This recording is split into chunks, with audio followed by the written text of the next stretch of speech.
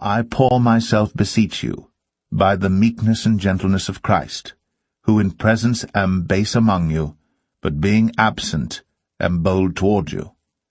But I beseech you that I may not be bold when I am present with that confidence wherewith I think to be bold against some, which think of us as if we walked according to the flesh. For though we walk in the flesh, we do not war after the flesh.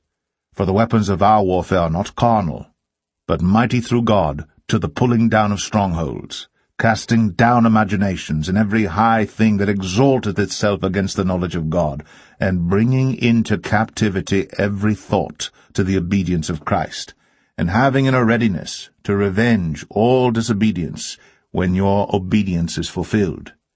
Do ye look on things after the outward appearance? If any man trust to himself that he is Christ's, let him of himself think this again, that as he is Christ's, even so are we Christ's. For though I should boast somewhat more of our authority, which the Lord hath given us for edification, and not for your destruction, I should not be ashamed, that I may not seem as if I would terrify you by letters. For his letters say they are weighty and powerful, but his bodily presence is weak, and his speech contemptible. Let such an one think this, that such as we are in word by letters when we are absent, such will we be also in deed when we are present. For we dare not make ourselves of the number, or compare ourselves with some that commend themselves, but they, measuring themselves by themselves, and comparing themselves among themselves, are not wise.